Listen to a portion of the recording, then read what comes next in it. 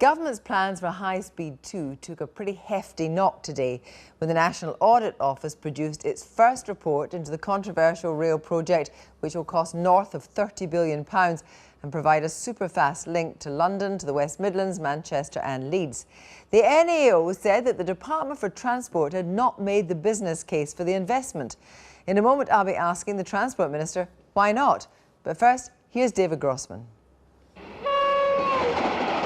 The proposed new HS2 line forms a Y, which is pretty appropriate really, given that's the question the National Audit Office is asking. Why is this being built? It is, after all, hugely expensive. £34 billion to build, plus £8 billion for rolling stock. And yet, says the NAO, there's no clear business case for building it.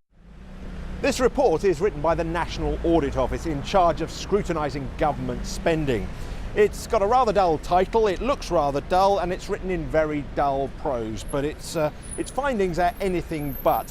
One by one, it examines the arguments for building high-speed rail as put forward by the government, and one by one, it says they don't really stack up. Essentially, the government has put forward three arguments for building HS2. There's the economic benefit to the country as a whole, there's regional development for the Midlands and the north of England, and there's improving capacity for the rail network. But one by one, the NAO pulls these apart. I think it's a damning report. This has been carried out by the government's own independent auditors, and what they've fundamentally done is they've agreed with all of the points that independent commentators and opposition groups have been making over the last 2 years. If you're going to spend something like £58 billion, which is what it actually is going to cost to put trains on a track as well, you've got to make sure it's good value for money. And they found that there's no evidence for a lot of the assumptions. They've used out-of-date data, and actually that there's really no evidence behind a lot of the key assumptions within this. The government says investment in HS2 makes hard business sense because we get more back than we put in. However, this number, this ratio, has slipped from £2.60 back for every pound spent when the project was first suggested to just £1.40 back in the most recent document. And even this, says the NAO, may be over-optimistic. For a start, the Department for Transport now thinks that rail travel, or demand for rail travel, will grow a lot slower than they previously thought. However, this new model hasn't been applied to the business plan for High Speed 2. They still use the old numbers. And here's something else that's a bit strange, according to the National Audit Office. The business plan for High Speed 2 assumes that the ticket prices will be the same whether you go on the new whizzy high-speed line or the old stopping slow line. Is that really a safe assumption? After all, on HS1 that carries domestic passengers from Ashford in Kent to St Pancras, tickets are more expensive than on the slower alternative. And guess what? Passenger numbers for HS1 are about a third of what was predicted while the line was being planned. Now, perhaps you'd like to see David Cameron doing something impossible. Well, here it is. The Prime Minister is working on a train.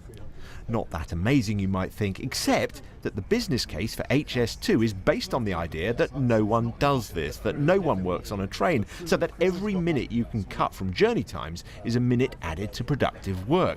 Now, you might think that the Transport Secretary would know that this is rubbish. After all, he's the man with the grey hair also working on the train. And what's this? The document they're discussing? Well, it's the plans for HS2, which, remember, assume you can't work on a train. Oh, the irony.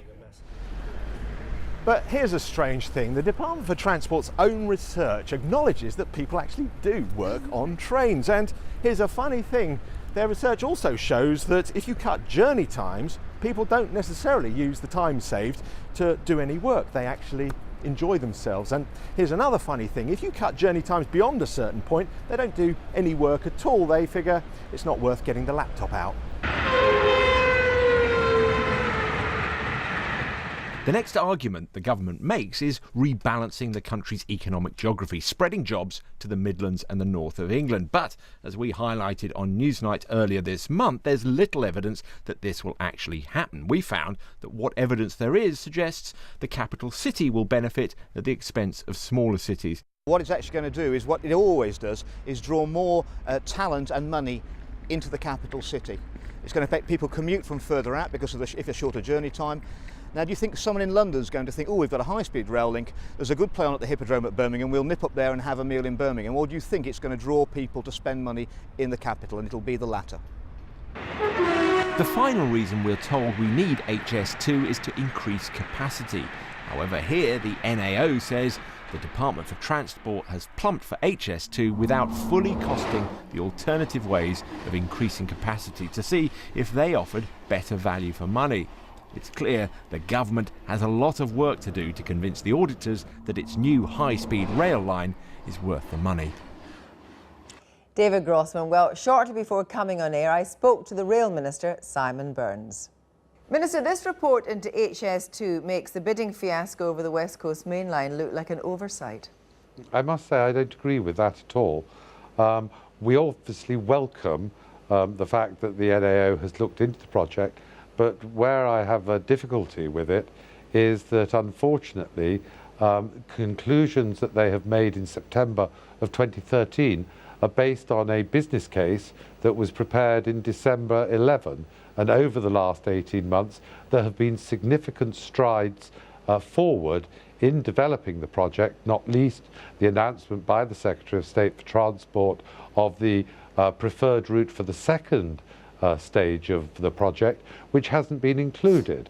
The business case for the British economy of HS2 is based on assumptions that are out of date, and the assumptions before in terms of return were better than they are now.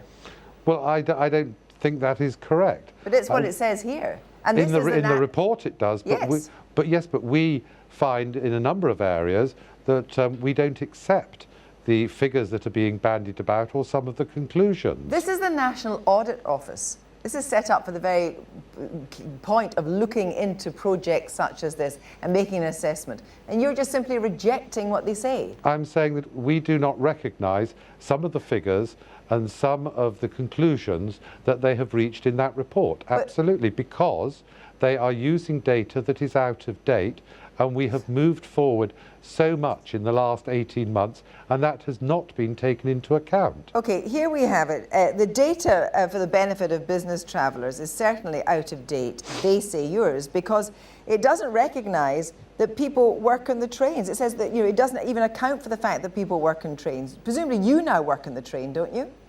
No, well, in a commuter train it's rather difficult, but I try to at times. But the methodology that has been used is that is accepted worldwide for assessing that sort of report.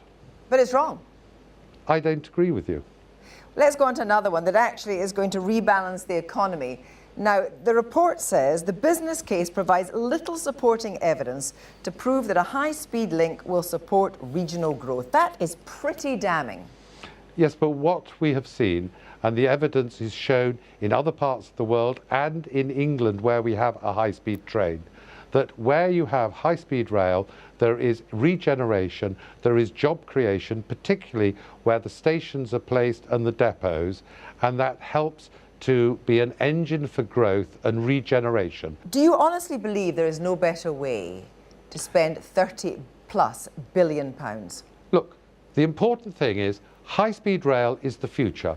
Our major competitors, countries like the United States, Spain, France, Germany, Japan, China, are all investing in high-speed rail, and we believe it is the future, that we cannot afford not to do it. It will be an engine for growth. It will ensure that 8 of our 10 largest cities are closer together and greater access.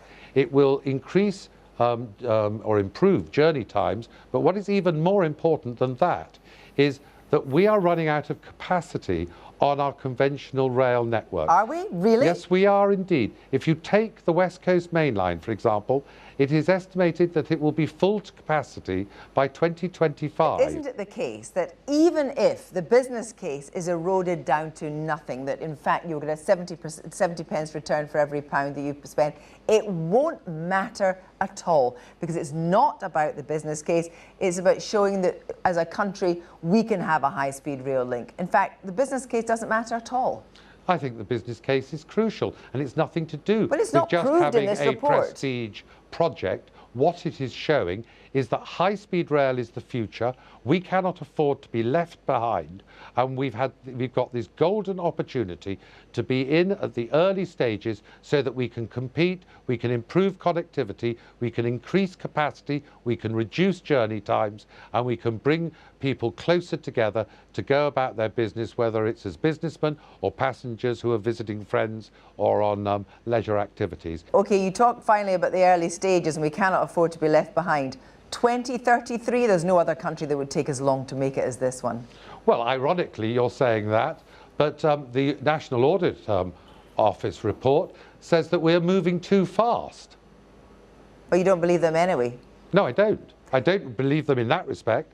I think that what we have got to do is to get on and go ahead and get it done as soon as possible. But as you are aware, there are a number of procedures, not least the parliamentary ones, which means that it is a lengthy procedure. And that is why we can't afford to hang around and wait, but we have got to get on with it. Minister, thank you very much indeed. Thank you.